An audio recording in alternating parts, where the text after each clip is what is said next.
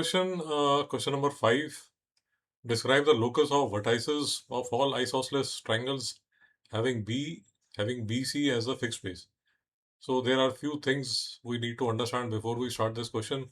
So what are vertices? What are isosceles triangles? I'll just give you a brief. So if this is a triangle ABC,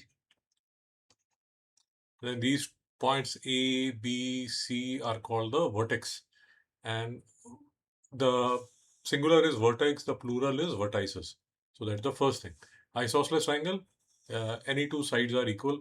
If AB is equal to AC, then this is an isosceles triangle.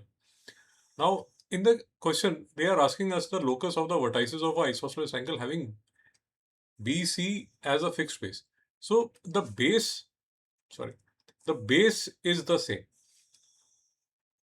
Base is the same. And then I can, make isosceles triangles using the same base. Now, let's try to understand. So let us assume that this is the first point, A. Okay. So I'll make a isosceles triangle like this. Okay, great. I can have another point like this, A dash. Again, I can make a isosceles triangle like this. Then on this side also, I can have another point, say P. Again, I can make an isosceles triangle. So I hope you are getting what I am arriving at. There can be another point P dash. Again, I can make a isosceles triangle. So all these triangles, so ABC, A dash BC, BPC, BP dash C, they are isosceles triangle whose base is the same, whose base is BC. So this is one vertex, this is another vertex, this is another vertex, this is another vertex. Now you can see the property.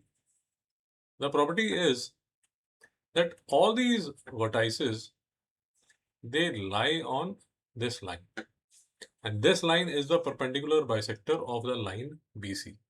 So basically we have a perpendicular bisector on which the condition is met. So this question again, question number 5 is again like we did question number 4 and question number 1. So they are the same. So vertices of an isosceles triangle is basically the perpendicular bisector of BC. So let's look at the answer that you can write. Locus of the vertices of the isosceles triangle is the perpendicular bisector of the base BC. So let's move to the next question. Question number 6.